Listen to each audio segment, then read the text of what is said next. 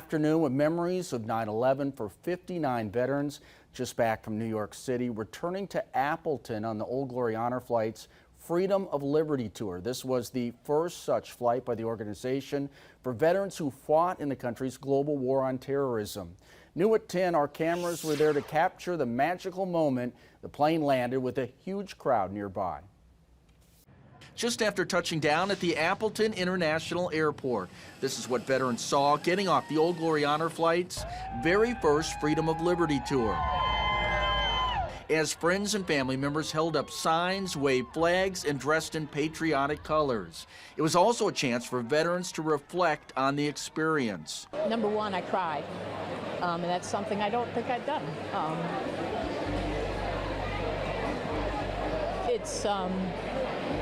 You know, I lost friends in Afghanistan.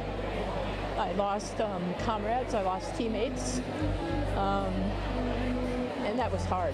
The veterans left for New York City this past Thursday, and during their time away, they visited the Statue of Liberty, along with the 9/11 Memorial and Museum. For some, it was the personal interactions that stood out. Meeting the amazing people that lived through it, that were just unbelievable, the most bravest people I ever met in my life. I mean,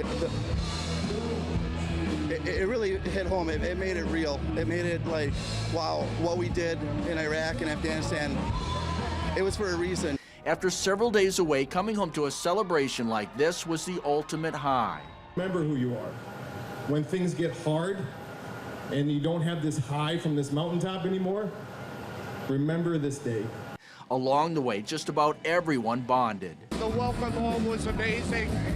After a very long, emotional trip, it was just great to see the turnout in the community and the love that they're showing for my brothers and sisters.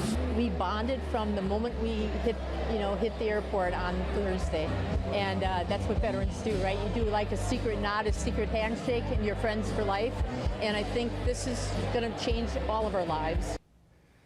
The next flight is October 18th, which will take veterans to Washington, D.C. It's the 65th for the organization, the last one of 2023.